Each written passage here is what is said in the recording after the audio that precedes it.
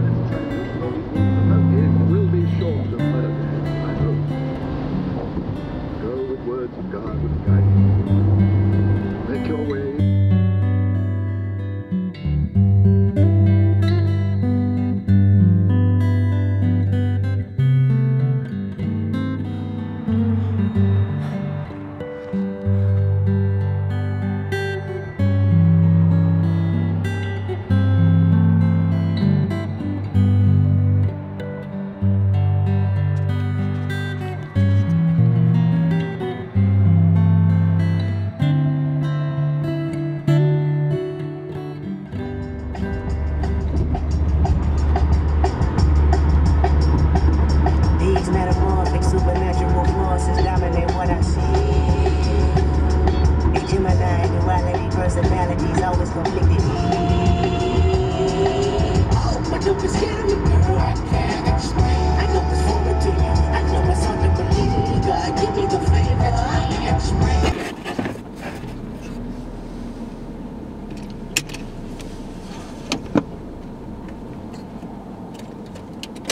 Okay, I'm in Oregon. Someone's about to pump gas for me.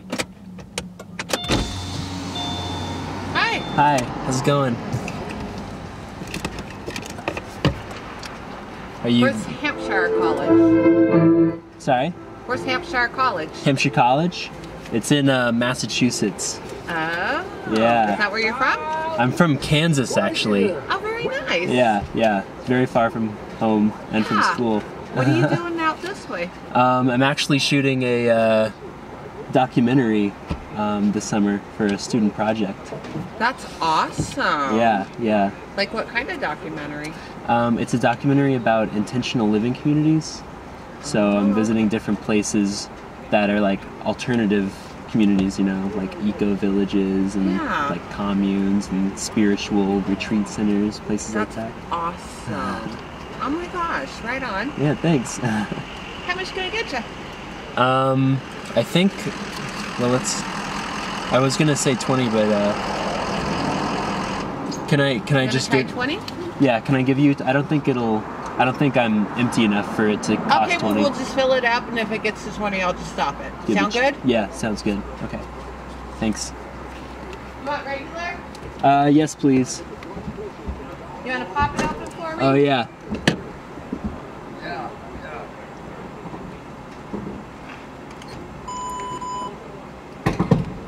How you doing, sweetheart? Good, Kelly. How are you? Fine, honey.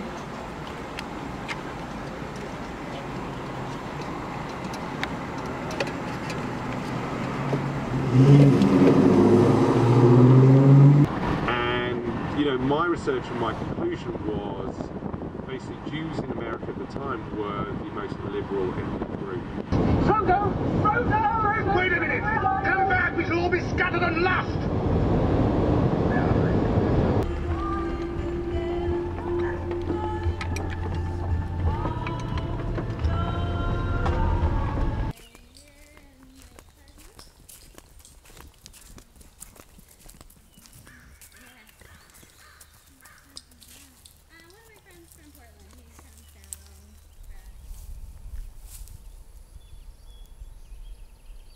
So this is our community garden. We actually just started this garden about 4 months ago. So all of this used to be grass.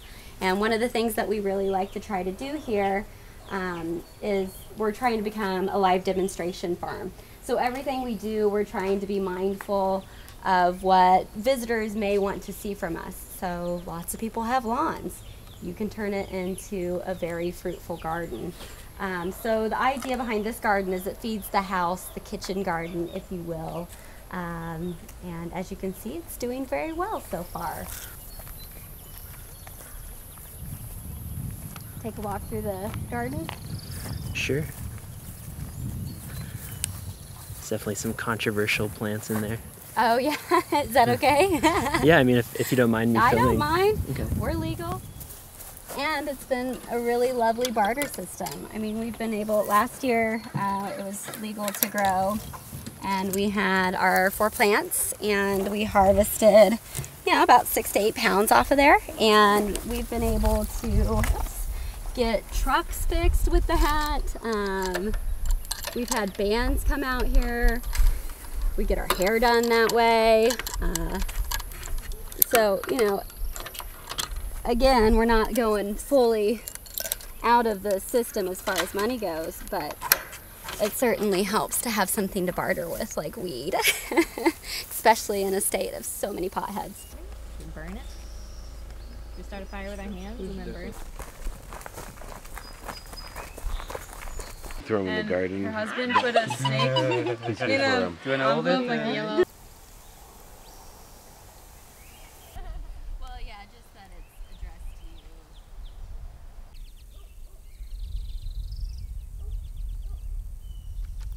Put it on the mound, I guess. Mound, you think?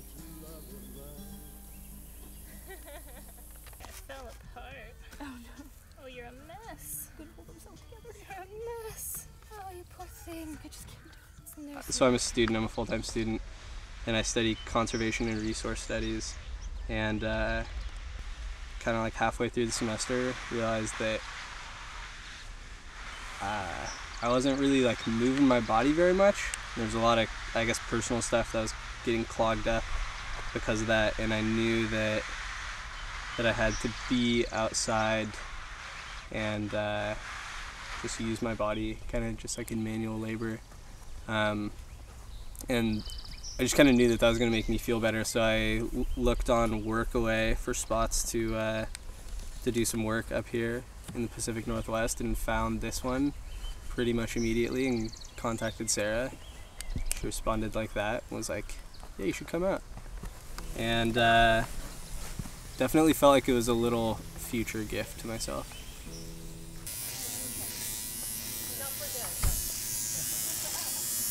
How's the back look?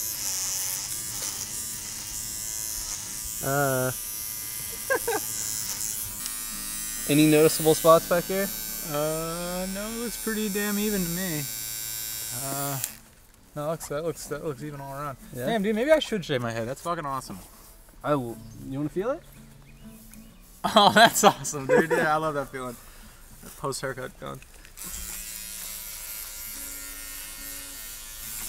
Dude, self-aware documentary. Nice. Yeah. I found after like years of looking, I found a VP, a pair that was like NOS, like new old stock. Like someone had made it was too small, and I was just like, and I find it, I was so happy. But I just can't find stuff my size never. Yeah. Did you go to any stores in Portland while you were there?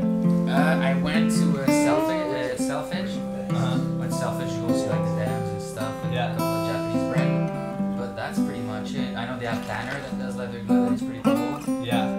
But I saw a bunch of Filson stuff today. Yeah. Yeah. They made. Yeah, the jacket and the core jacket. I saw that all day. Yeah, I'd love to get some old French workwear. Yeah, that's what this is. Oh, really? Yeah. And stuff. Also, this weekend is Father's Day, so if anybody wants to invite their father down, bring him on down. We'll give him a hug and shit. Let's see. I think that. Oh, and then for moving around spaces. So Taj and Casey were celebrating their last night here. So glad to get rid of these guys. One of them.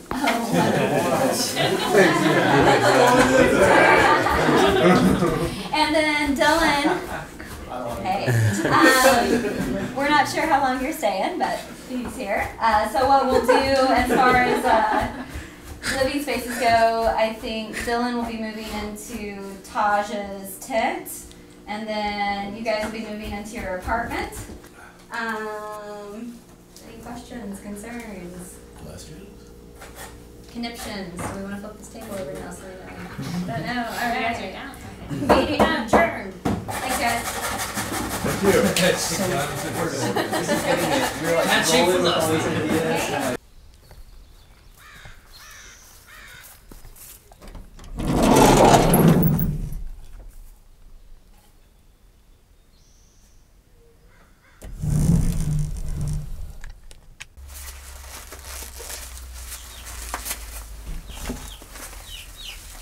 Got our hive tool, our smoker,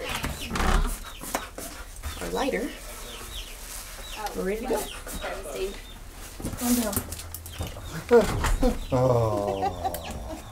Wrong kind of smoke. I need cannabis smoke to calm down. Oh, that's right. I'll remember that next time. I had just left my marriage, and I was looking for a place to set up a tent to save for a teepee. So I just put up a Craigslist ad. And my main things coming here were lower my cost of living and be a part of a community, and kind of learning the skills that it takes to grow and be with people, and also it's nice to have a support network of people near you. And so when I discovered that this whole farm was really kind of centered around this idea of growing and humanity and that sort of thing, it aligned with my long-term goal. I just didn't think I would come across it as soon as I did. But I think people have this every man for himself attitude, especially in first world countries where consumerism is kind of the thing. And I think that that's not naturally how people have evolved to live. But I also think that it's a skill set that we've forgotten how to use in the first world country. But I think it's important for a sense of, I guess, a sense of being needed. I really do think that at our core, that's something that we value as humans. And it would be nice to be able to bring that back. Because at every age, everyone is understood to be needed and loved. And I really think that's our natural state.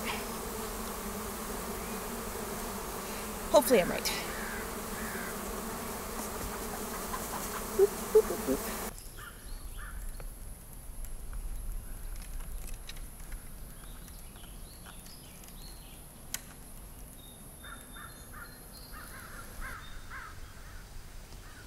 Yeah, I guess on like a more personal level though, my like interest in belonging to my place in my community is that there's like I can't hold the weight of everything. Like I need people and a place to kind of catch my story, and I find a lot of meaning in being able to like catch other people's stories and support them.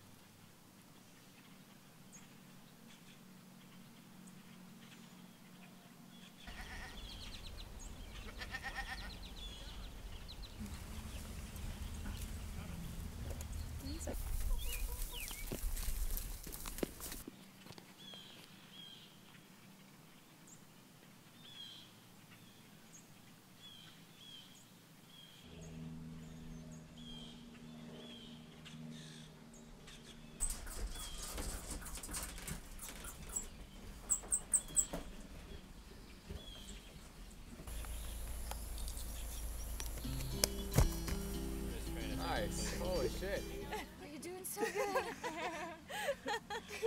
good.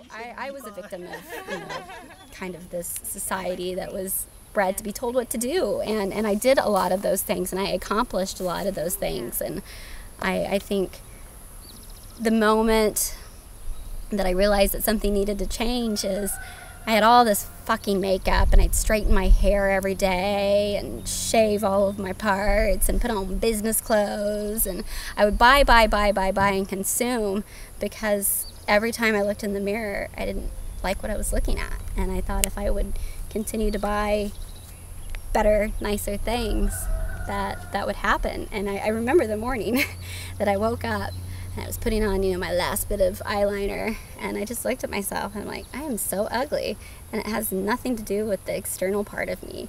It's internal. And shortly after that, I blew up my life, and I left wakes of destruction, bad wakes of destruction. I hurt a lot of people, including my ex-husband. But I think it's also a really good example of what happens when you are told your entire life to quit being who you want to be and be something that hits this checklist on a piece of paper. You become resentful and you buck, and it creates this rage inside of you. And I want people to come out here and know that it's all right to be them. It's all right to live differently. It's all right to wave your freak flag or whatever. And I think that that's what's so special about this place to me, is we don't commit to one diet, lifestyle, or spirituality here. You can come here and be whoever you want to be and still be a part of something.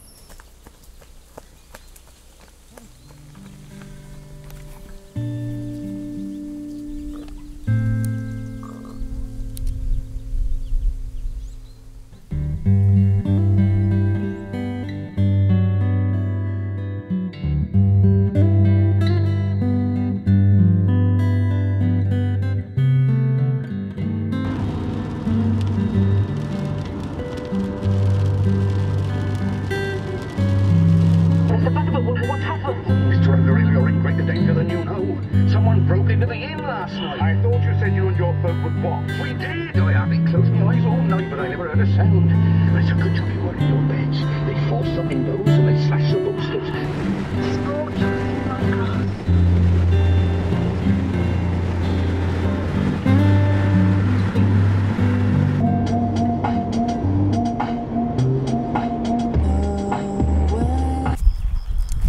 Okay, it's June 14th, 2016. Sunset in Northern California. I'm going to my aunt and uncle's house for a little bit, and then after that, I don't know.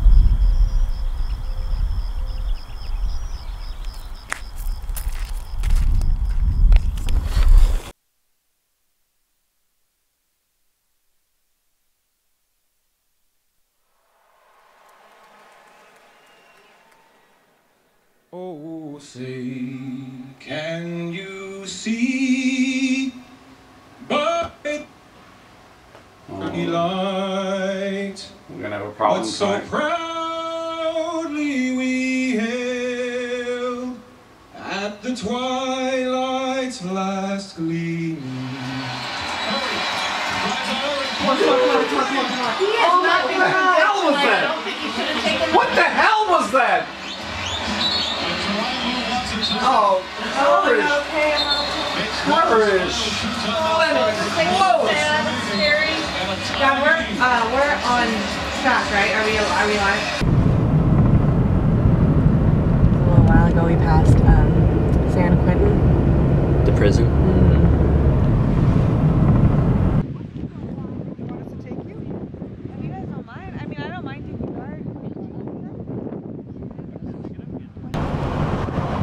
We're down to the beach. Can you get that? I can't let the right. It's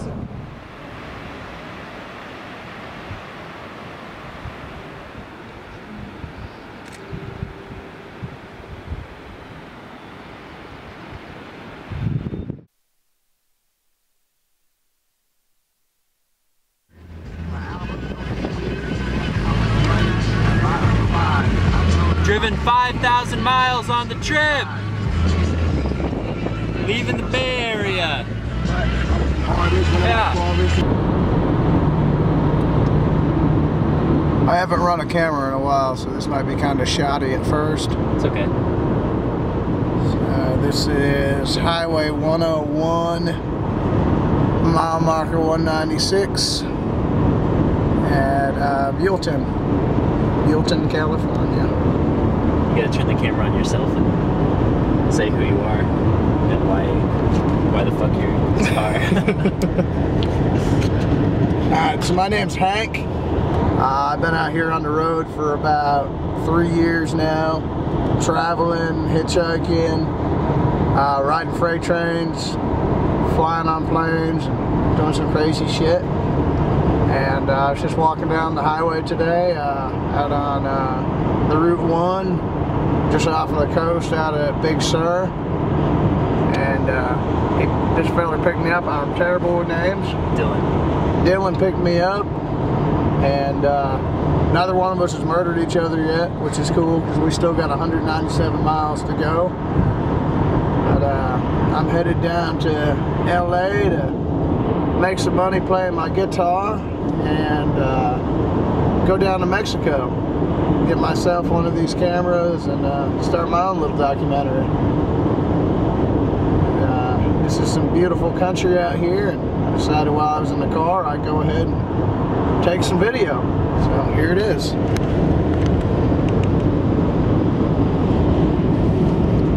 Get a little dash cam footage going on here. It's like Cops. Yeah, it's just like Cops, except for cooler. It's like Cops with more drugs.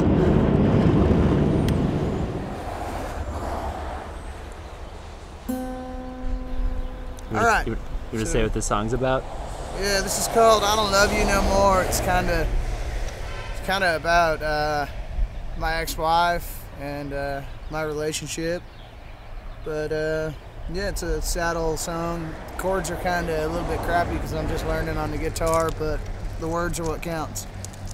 All right.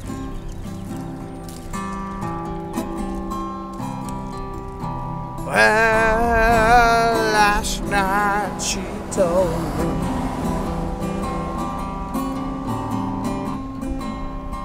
I don't love you no more.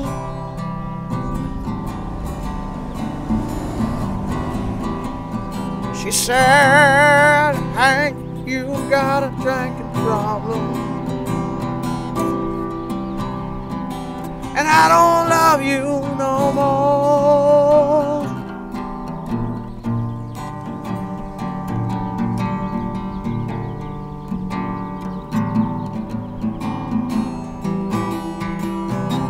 And then, oh, then she walked out that door.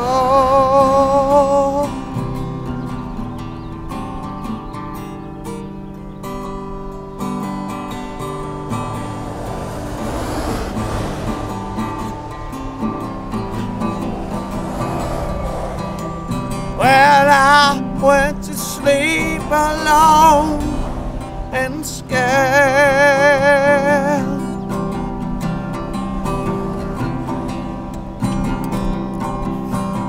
But last night, oh, I had a dream that girl was still there.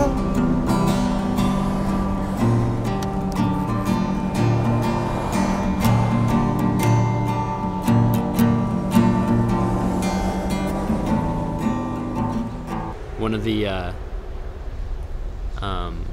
guess, like, topics for the project that I'm doing is, like, dependency, right? And dependency can, like, look a lot of different ways, like dependency on substances or on people or on places. Or love. Or love. Definitely dependent on love. As I told you in the car before, that's why I do this. That's why I travel. That's why I play my music. You know, it's all because of love. We listened to that song by the Steel Drivers.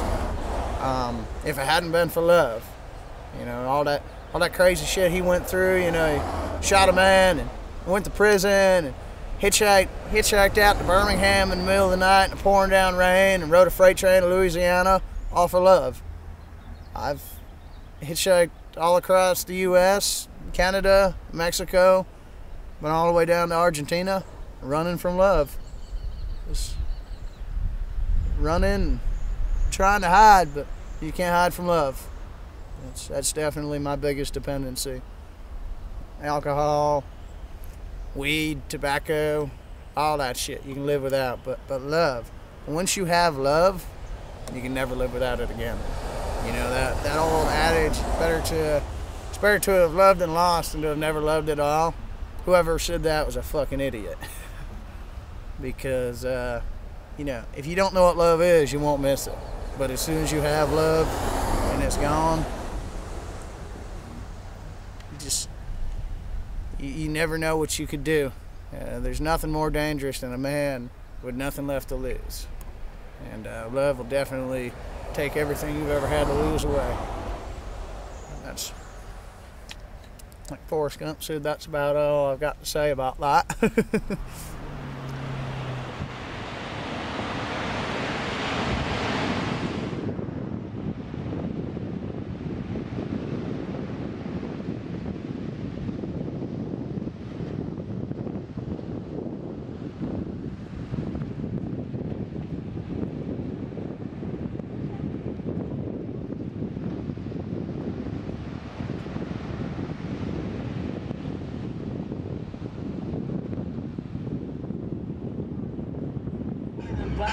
내 눈을 감을 모르 듯한 너를 골라 오늘 밤 어떤 게 나올지 나도 잘 몰라 일단은 시작해볼게 with a bottle of wine Dale de Picasso Dale de Picasso Dale de Picasso Dale de Picasso ven Picasso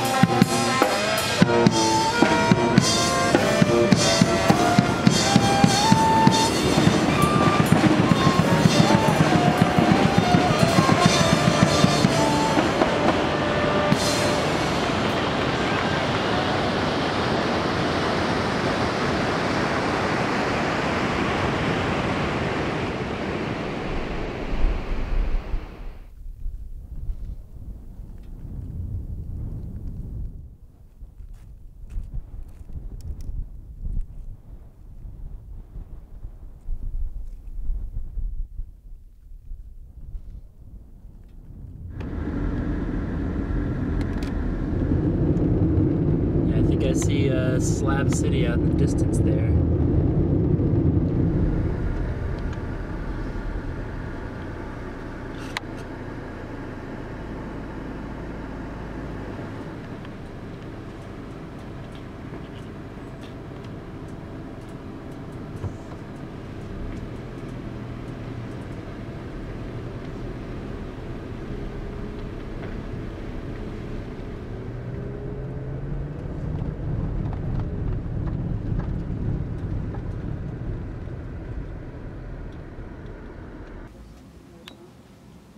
Trade for a mushroom?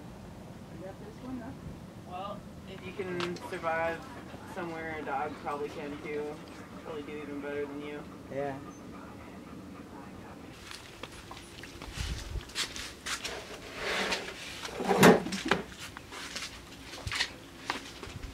There's the component right there to plug into.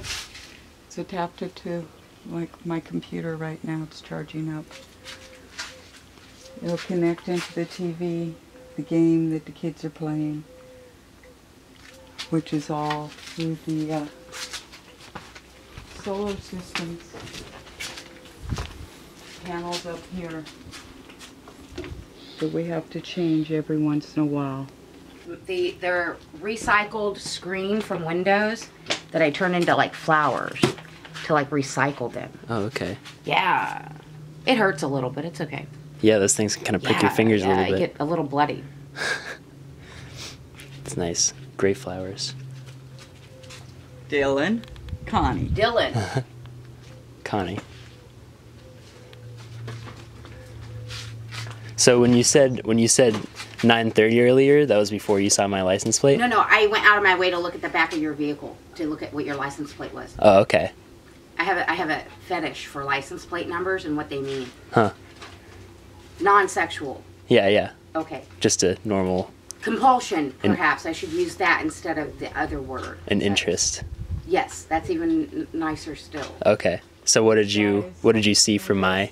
9:30, it's endearment and lovemaking. Would you like to see us? Yeah, sure. To prove it? Yeah. Okay. Right there. See? 9:30. 9:30. And love is 9:29, and hate is 9:28. Whoa. Yeah. So what does it mean that my license plate said? Doesn't mean anything 9:30? necessarily. Oh, okay. It just so happens. Just potential coincidence. Yeah, pretty much, yeah. Yeah, there's truth, and there's like 7 for lying.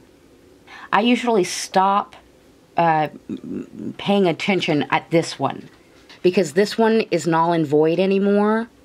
Like this one ended at 12/13/1975, so it has no application to today's world. So for me to go through the book properly and cross out all the religious connotations, it would take a lot. I've already done it once and gave the copy to my brother. So this is my second copy, but the first copy I gave to my brother so that he could have the same information as I have. And it helps be more Vulcan-like to add the number 929 to love, so that you don't get caught up in the emotion of what love is. Or hate even, because hate is even more powerful than love. So if you keep it in perspective with a number system, then you're less likely to allow it to elicit emotional responses that could, end your physicality or put your physicality in danger of being incarcerated. So it makes it all just numbers. Logical. Okay. Vulcan-like. Vulcan-like. Except for with comedy, it's hard. Never mind.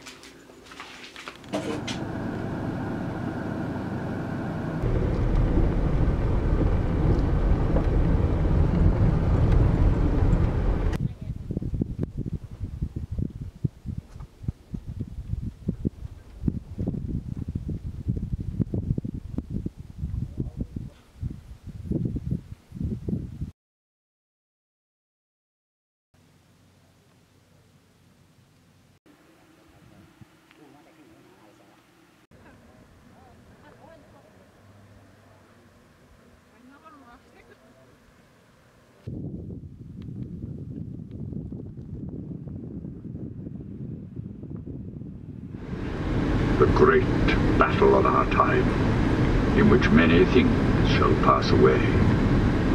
But at least you passed through the land of glory, yes. Much that is strange about you, I think you understand. Each and every week, please say hello.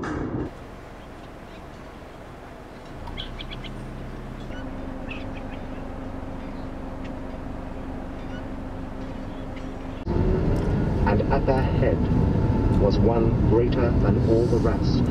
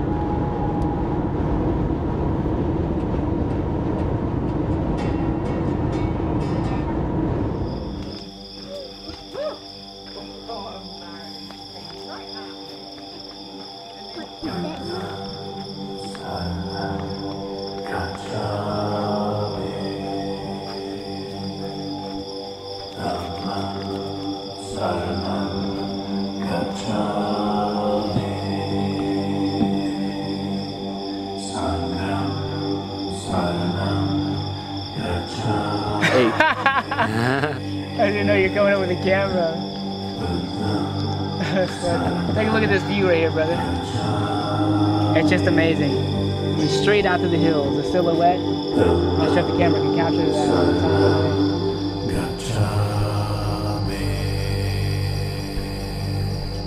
Sangam Saranam Gacchami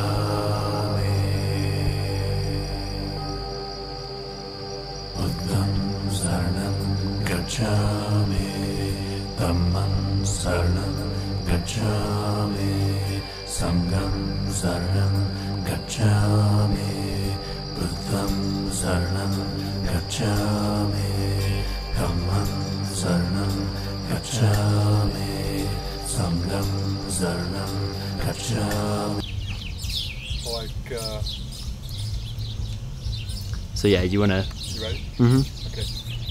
Welcome to Wind Spirit. Come in. We'll give you a little tour of our community here. That was cheesy. This is an area that actually is going to get all redone probably this winter. We'll be putting in a rock wall and leveling this all out because we get, you know, sometimes with the people here in the retreats, we're feeding about 70 or 80 people at once. So, what kind of retreats happen here? Yoga retreats, dances of universal peace, herbal retreats, acro yoga retreats, so a variety of stuff. That's Lynn. Hey, Lynn. This is our olive grove. Big black olives here. They're delicious. That's just a little, one of those little books I put together. You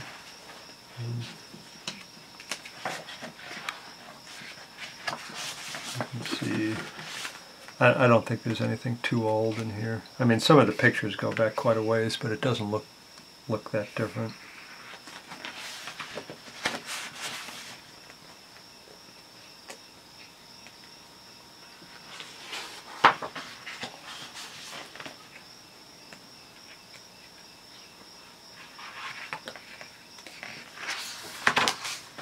Kayaking on the river is down. We used to do that a lot more. We don't do it so much anymore. Now this is the javelina nursing on the dog I was telling you about. I'm so glad that no matter what happens, I think things will work out really well because I had a really great conversation with Dawn and I feel even more inspired again and again. But no matter what, I'm so glad that I was able to inspire those kind of things. And this inspired me because before I was just making the compromise of just buying the pads or whatever, but now I'm like, because I came here, I was like, I have to choose something different. And I did, and it's working out really well thus far. This is for ENT stuff.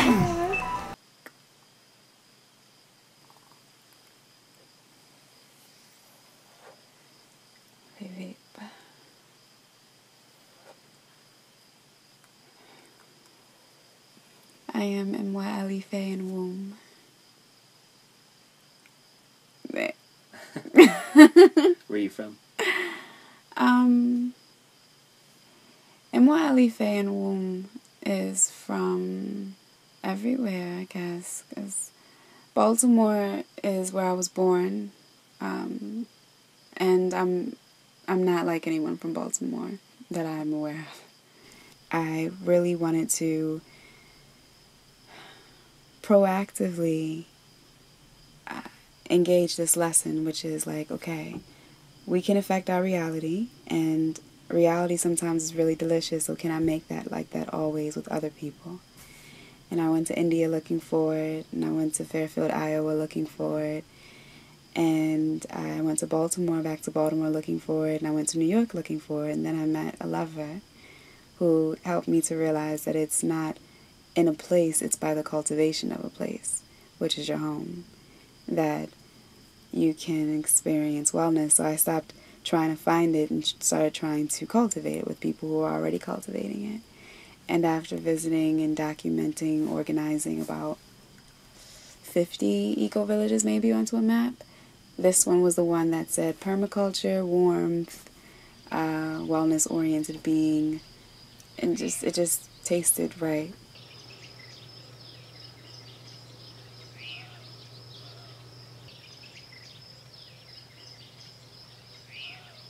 There's a log on the right-hand side there. This? You can use the smaller one. The handheld size. There you go. Yeah. How many times? 3? 3, yeah. Give it a good whack.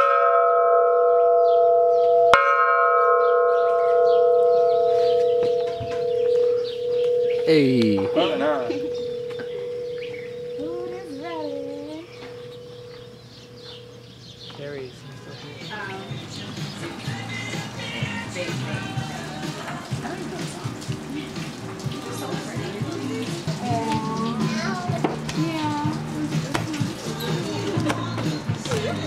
It's a 3-word phrase, and it. Mommy, You put it in You put it in the ATM. No, you had it right. You have a cardboard box. Yes. So it's at the bank, and it's Box at the bank? It's a metal one of these things. Oh, I know They what call it things a box. I don't know, safe box. You put You're cash close. or You got 2 jewelry. words. and you're putting stuff in it. What are you doing when you put stuff in it? When you put stuff in the safe box? When you want to put your money in the bank, When you want to put your money in the bank, you save it. Deposit. Safety deposit. Yeah, safe deposit box. I know. That's what you're like. What? Who even knows that word? Can we turn this like immediacy on? Right, but it's at the very reception desk. The employment desk. It's the opposite of back. Not behind. You got back? Front desk. Got it there. Yeah. Good job. Ah.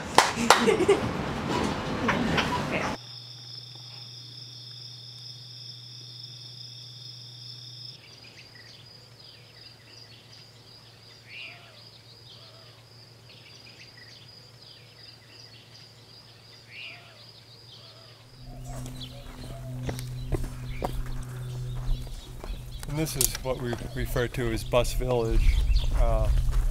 And every one of these got driven here, like just making it here, and broke down, and they all stayed, and so we take advantage of them and use them. All right, yellow bus tour. Yellow bus tour. So I guess I can go up in here first. I would ask that you remove your shoes because I cleanse this place as a sacred place for my housing, and so I try to keep it as sacred as possible by removing the shoes.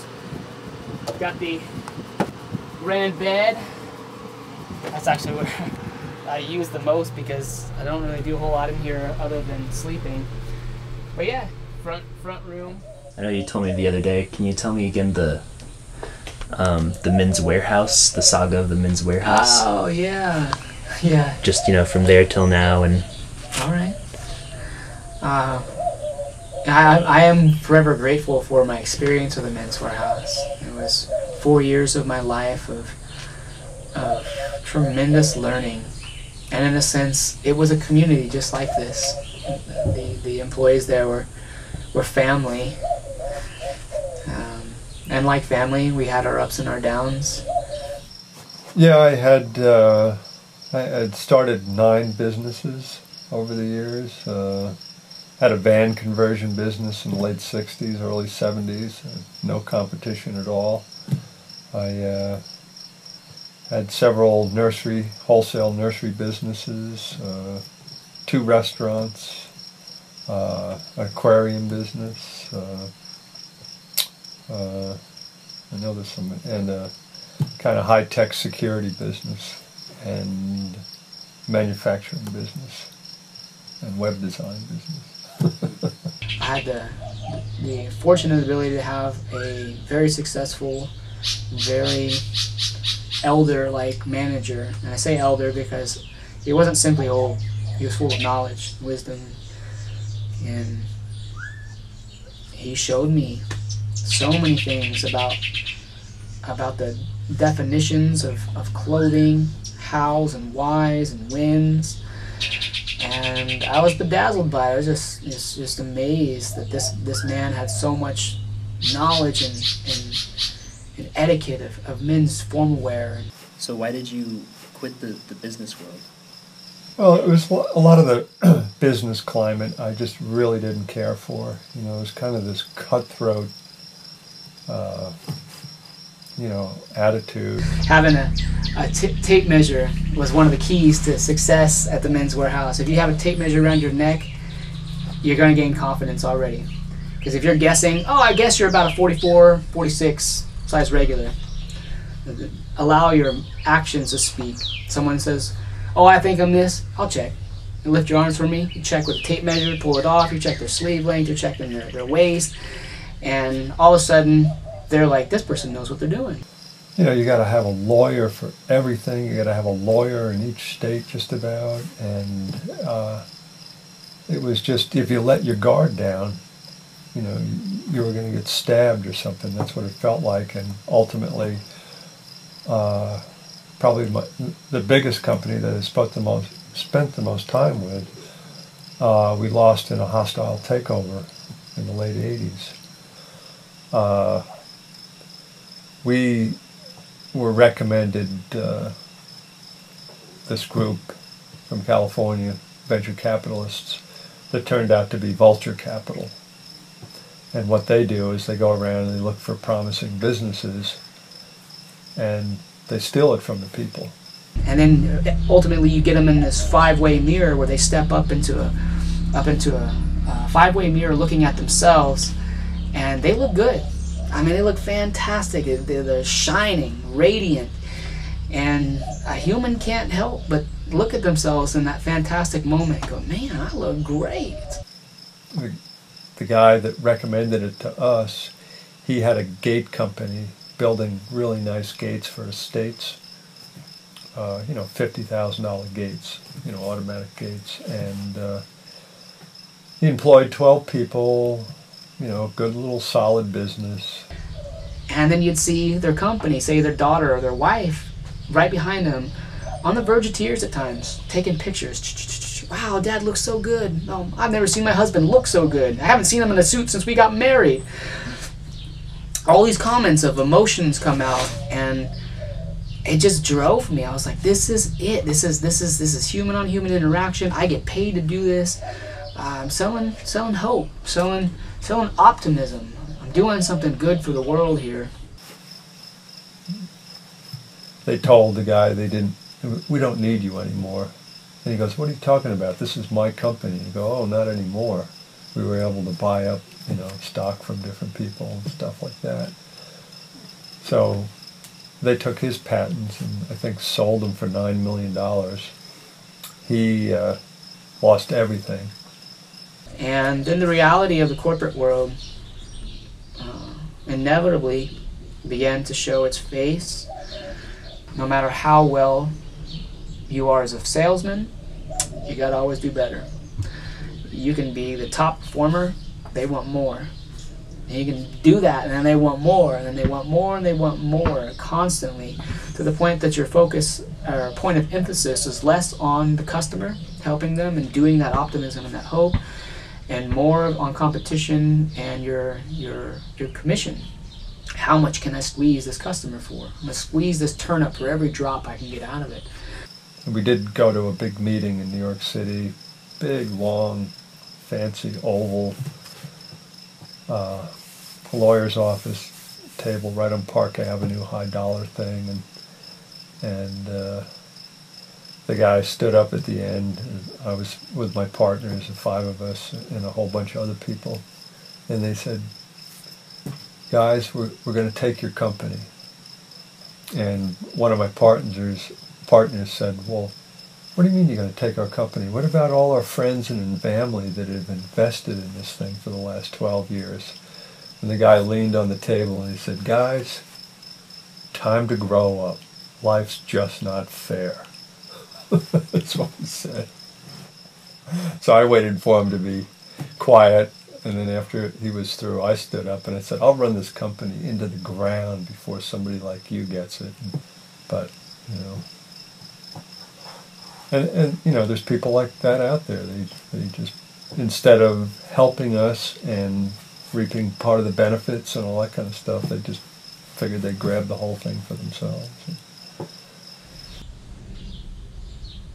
I wasn't happy with knowing that type of stuff, seeing behind the veil, and it took away from me coming in every day and sharing that magic that I shared when I first got there. When I got to sit down in front of a man and put his shoes on for him, and they go, "No, I can do it." And you say, "You know, it's all right, sir. You're like, allow me, please. I prefer." And you're putting a man's shoes on for him. It's something that I had never experienced. I never felt another human being put shoes on my feet. There's a level of servitude that once you receive, it makes you feel a way. And then on the other side, as the giver, it's a humbling experience.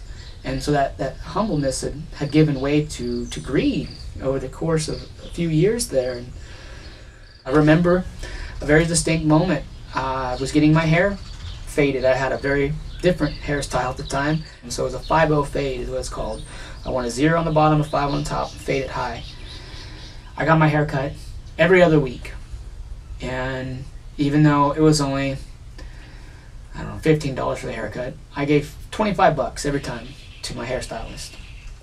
And every other week, I mean, it adds up, $25 every other week, and I drive in my brand new truck to get my hair cut one day in a suit, and I'm getting faded up. And I thought, it's like, I finally made it. I finally made it. This is what my family had been trying to do, and they all failed at it. I've risen myself in class, that I made it. That I have enough money to get my hair cut every other week. I got a brand new truck out there. I got a stack of hundreds in my pocket. Look at this suit that I'm wearing. Look at this watch that I'm wearing. I made it.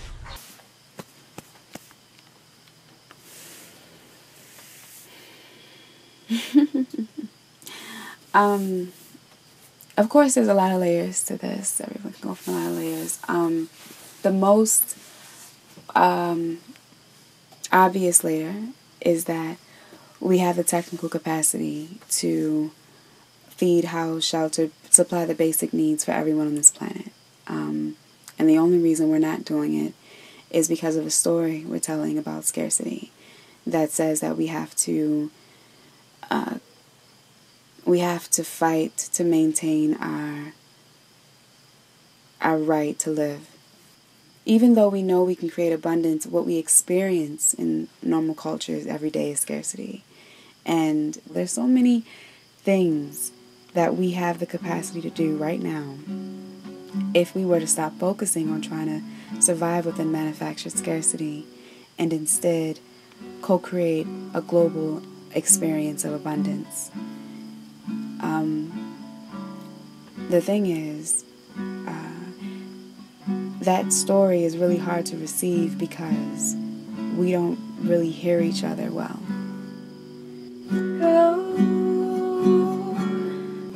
For now, it's only the moon's dark side.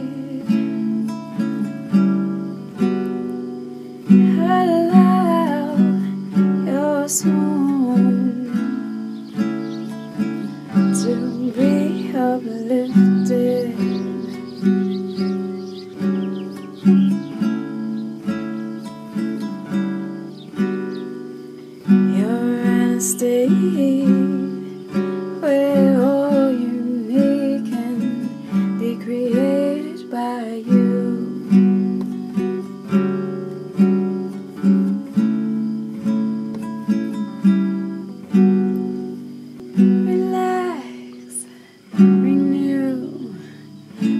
to your wisdom. Relax, renew. Listen to your wisdom. Relax, renew. Listen to your wisdom. Reestablish in your very own queendom. Heaven only knows. Heaven only knows. Heaven only knows. Heaven only knows. So go for now. It's only the moon's dark side. Go for now. At the height of this night, live your sublime right.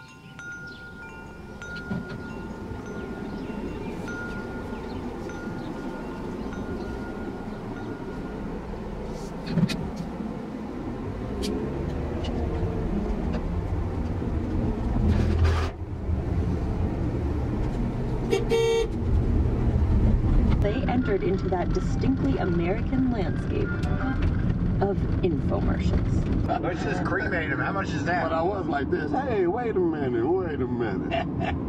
Yeah. All I knew was I liked comedy, and I did, and I knew all the big name comedians. I didn't know all these other guys. Yeah, that were right. coming through the club. I just was meeting them.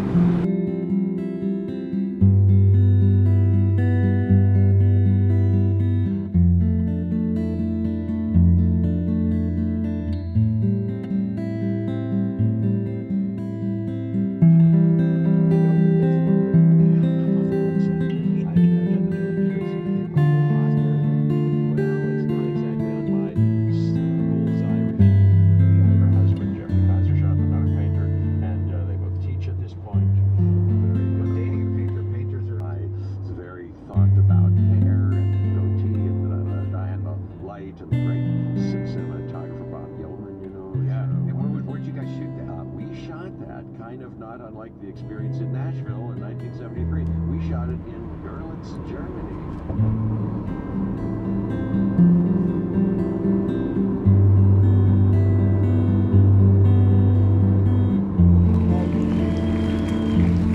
Obviously, 4th of July, we enjoy the hot dogs, we enjoy the day off for a lot of us. We enjoy the fireworks, but it just so happens that we celebrate our country's birthday the same day that we celebrate my oldest daughter's birthday. So, just a quick happy birthday for Malia. Happy birthday to you. Happy birthday to you.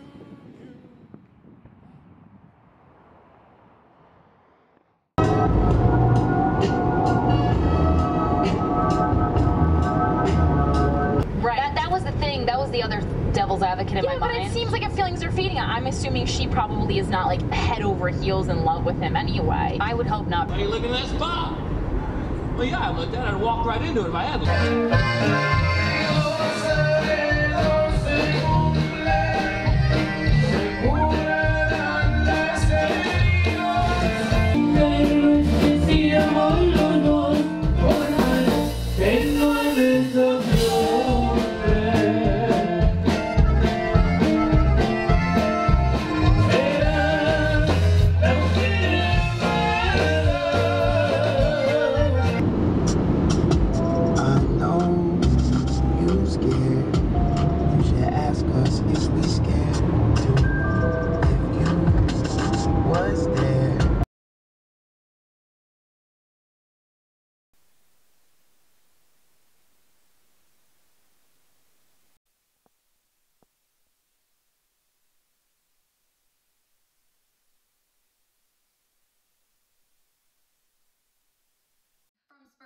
and KLBK News. If you'd like to check this film out, you can find the details on our website, everythinglubbock.com.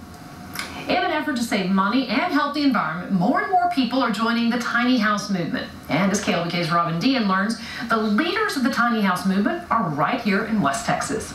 The tiny house trend is a worldwide movement, and residents in Spur are leading the charge. For $500, people can buy a lot and build or wheel in their own tiny house. Even though Denise Rosner's house is only 440 square feet, she says she has everything she needs. People are calling from everywhere wanting to build tiny houses, buy lots. This time last year we had 62 lots for sale. We're down to less than 20. The popularity of tiny house living is bringing more people to Spur, boosting the economy. They were even featured in the Wall Street Journal. You know, build homes and pay taxes, go to school, buy groceries. It's good for the town. You ready? Mm-hmm. Hi, I'm Denise Rosner. I am a native New Yorker, born in the Bronx. I am half Puerto Rican and half Jewish. That wasn't easy because I was two minorities growing up in good old anti-Semitic and prejudice New York, but it made me who I am, which I think is a pretty strong person. So I started looking at, they have over 55, you know, retirement where you can rent an apartment, and not over 55, over 62. So I was too young at the time, but you could put yourself on a waiting list, and that would be an affordable rent. They would always keep it affordable. But in California, and especially near the water, 5-year waiting list, and people literally, you had to wait for them to die in order to get in there.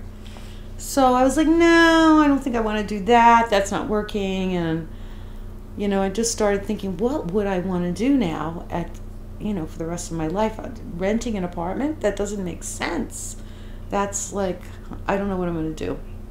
And then, like that very day when I started stressing about it, I watched HGTV.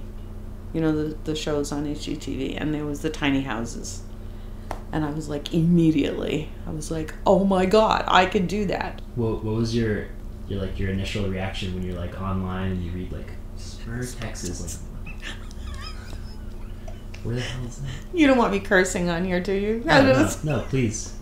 This is college students, they don't care. Oh, okay. So it was literally, where the fuck is this place? And you had to see me. I'm on the map and I'm zooming in and I'm going, and I'm like, there's nothing around. There's just like literally, it's in the middle of nowhere. But it was the only place that you could buy your own land and have your tiny house.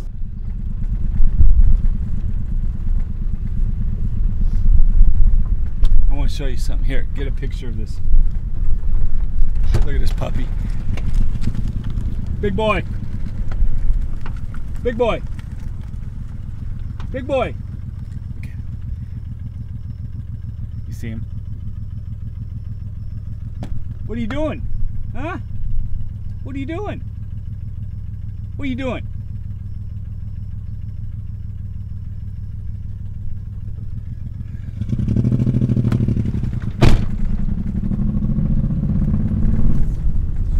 Whose dog is that? I don't know. I don't know. I don't know whose. Since Spur became tiny house friendly, we've sold 75 lots, which is big.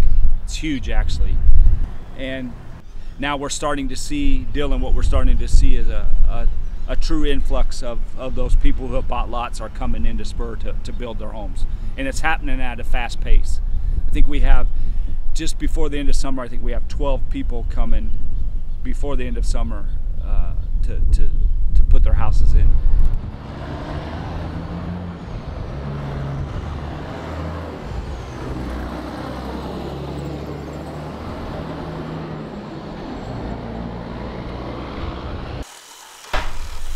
What's fun about these pallets is I found all kind of wood in them. Like this one is made of, this is mostly all white oak. I've gotten mahogany, I've gotten maple, some exotics. So anyway, so this is my 216 square foot layout. It's 12 by 18. I designed this myself just to be exactly what I want. Doesn't have a loft or anything, just a single floor. But so here's the front door. You come in here, and this is the couch. So the living in tiny house living, spaces and furniture and all that, it's good if they can serve several purposes. So this is a pull-out couch. So this will be my sleeping and living area. Well, I grew up in Cincinnati, in a suburb of Cincinnati they had that feeling, where everybody knew everybody, and I liked it. But I think that when I moved to California, and I lived there for 10 years, I never felt integrated into California. I never felt like California was home. It was fun that I could get to the beach in 3 minutes, but I just really, I never felt home there. Lived there 10 years, never felt home. So when I came to Spur, there was something strange that happened because I'd never been here. In fact, the land I bought sight unseen. So I really had no idea what I was getting into. But I pulled into town and there was just something different here immediately, even before I met anybody. I just felt like I'd come home. I felt like for some reason my soul knew that this was where I was supposed to be.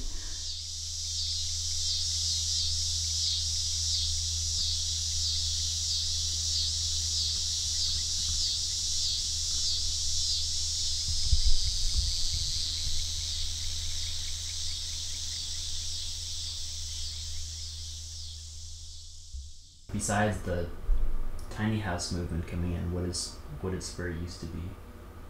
So Spur used to be a booming town. Like I didn't realize that in Texas, the dress is the cowboy hat and the cowboy boots, and part of that are the jeans that have to have that crease. So there was a woman in town, and I think she had a laundromat, and she was famous for pressing her jeans. And that was a big deal when she closed down, because these businesses were paid for already. They own these buildings and whatever. But it was as people got older and retired, nobody took over. They couldn't even sell. There was nobody to sell to. Everybody was leaving.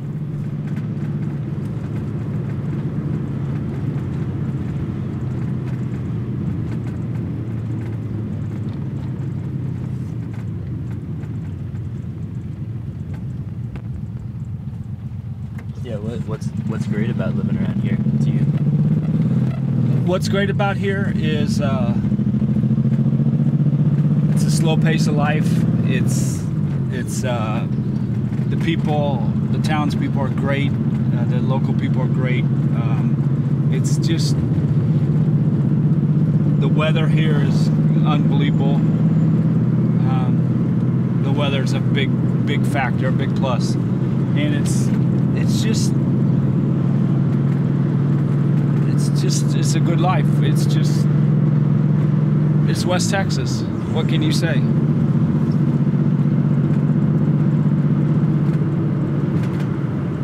People come here and they check it out and they like it. They like, everybody who's come here has liked it and stayed.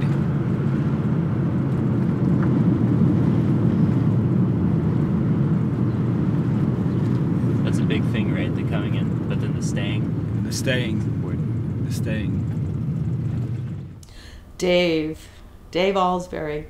We call him Downtown Dave because he lives downtown. And so he was the one who came up with the idea. He was just sitting around with the locals and he was like, wow, man, this town is dead.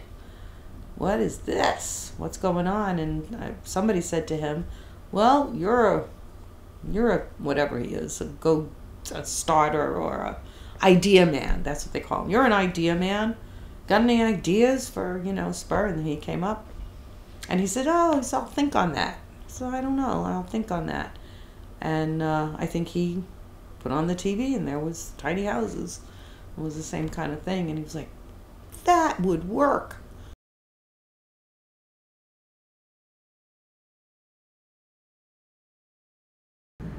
Name Dave Alsbury, born in northern Minnesota, resident of Spur, Texas. Came here by way of Los Angeles. Middle-aged guy, single, never been married.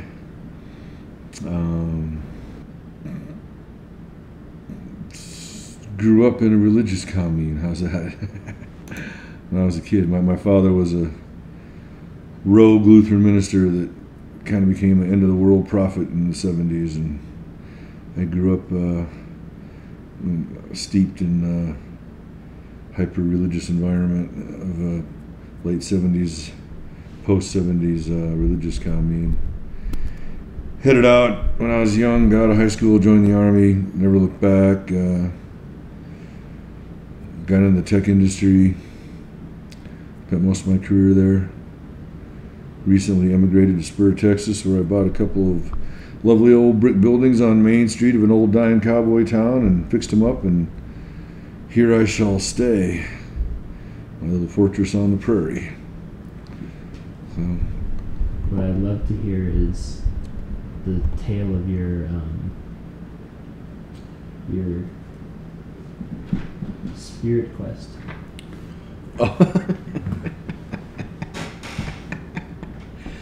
Well, yeah, some of that stuff you're not supposed to talk about, theoretically. No, when I was up in the mountains, I started hanging out with some Indians at some sun dances and things, and just helping out, working, you know, chopping wood, carrying water. I was just always intrigued by Native American culture. You know, when I was a kid, I was all, like I said, I was a kid in the woods, you know. So when I did my mid-40s dip out back to relive my boyhood, I made it a point to seek out, you know, some Indians and stuff in Northern California and Oregon, and they took me up on the hill and locked the little ceremonial gate in this little tiny area. So here you will stay for the next 4 days. See ya. And when they went back down the mountain, and there I sat, you know. And yeah, that was an interesting 4 days. But it all seemed to be part of the same journey, like how to get your head right. Who the hell are you? Why have you been doing what you've been doing? Is that what you wanted to do? You know? What do you want to do? But the recurring theme for me is, and I see it with a lot of the people that are showing up here with the tiny houses, you know, they're like, I need to reinvent my life.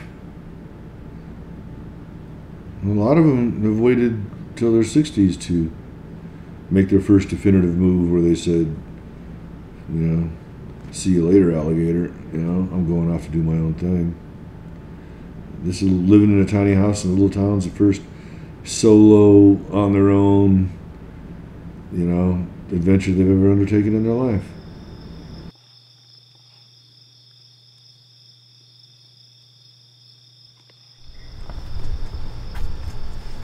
Here we are, Main Street, Spur, Texas, 11:30 at night.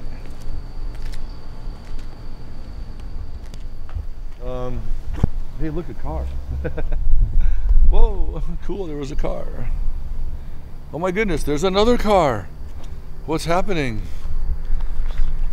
Cars on Main Street at night, what?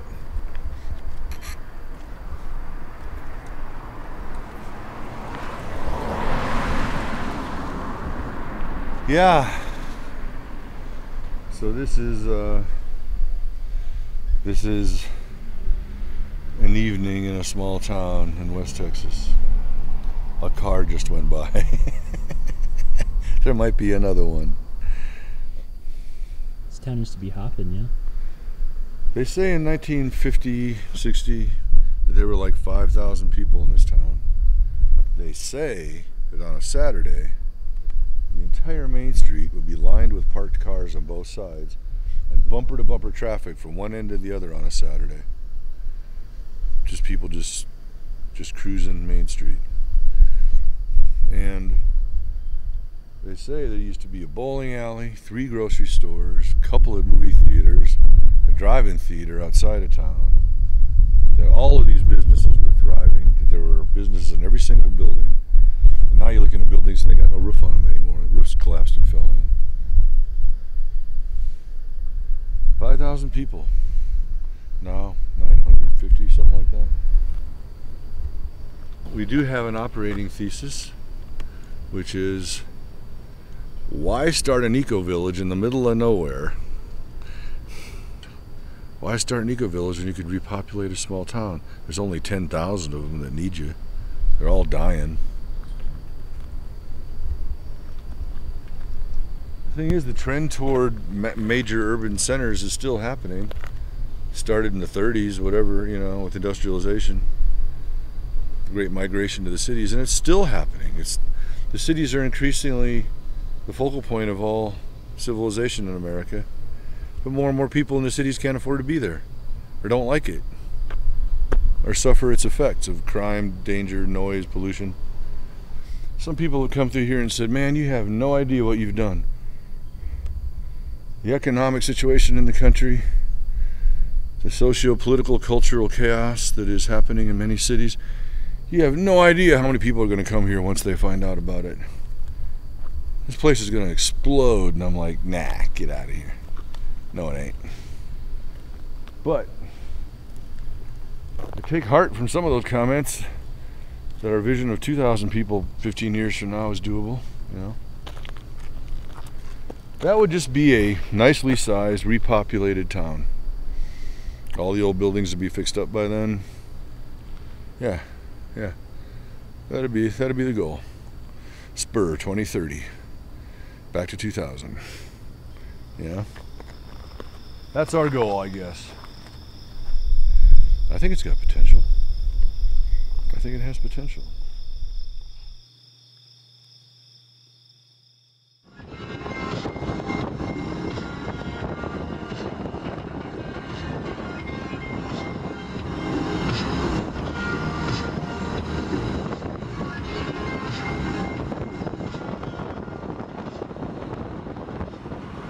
It wasn't like you were, you know, being hit or did they bring a cake to the set? Were you still wearing the outfit for the cake?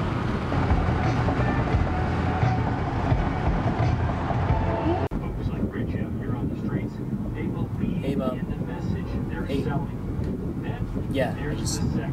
I just pulled into town. Yep. I'm just driving over the city right now. Yeah, are you guys at the game already? Okay, cool. Can you meet me at the front to give me my ticket? Alright, thanks.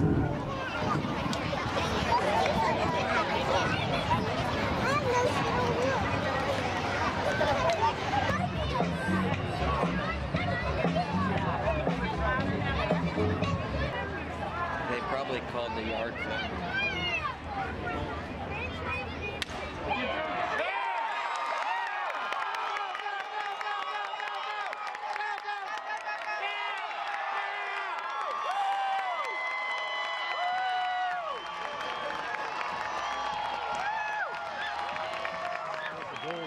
Huge community cookout tonight to bring law enforcement and residents together, not only to interact on a basic level, but also to talk to each other in hopes of breaking down some barriers. More than 1,000 people packed into McAdams Park tonight, the goal being taking the first step in improving the relationship between the community and the police department. The event, called the First Step Community Cookout, was organized by community leaders and the Wichita Police Department. Officials estimate more than 1,000 people of all ages came out to interact with the nearly 150 Wichita police officers and other law enforcement agencies. So what's going on here tonight? We had a cookout for the community to get together and to come together in regards to, you know, we've had a lot of things going on in the United States involving law enforcement, so we tried to come together as a community and have a cookout for everybody to attend and get to know each other and talk about issues in regards to Wichita, Kansas, and how we can move forward as a community and a police department. I've never seen it ever. I've been here forever, and I've never seen it once. Dez, I've never seen it once. Watch this, I gotta show you something. Dez, come here for a minute. This is my partner, Dez the Poet. Dez, what's up, Dez? Dez, listen, can I ask him a question? Dez, we've never seen this, have we? Never seen this, you know, this is unexpectedly beautiful, you know. At first, you know, you get that common feeling iffy about even coming, you know. Yeah, you gotta take a lot more than hot dogs and hamburger to impress me. But we all stepped out on faith, like we don't give it a chance, and when somebody believes in trying to do the right thing, this is a good result. All work pays off. Because, you know, we the middle of the map, Wichita, Kansas, and I don't think nobody in the whole United States did something like this, so That's iconic, you know. Look around you, look at the farm. Kansas, you know. Look around, man. It's 316. There's kids everywhere. It's 316, you know. Look, there's blacks, there's whites, there's Mexicans, there's people with bad credit, good credit, no credit. Right. For real, man, it's worth it, man. For real, man. It's wonderful to see, man. Wonderful to see.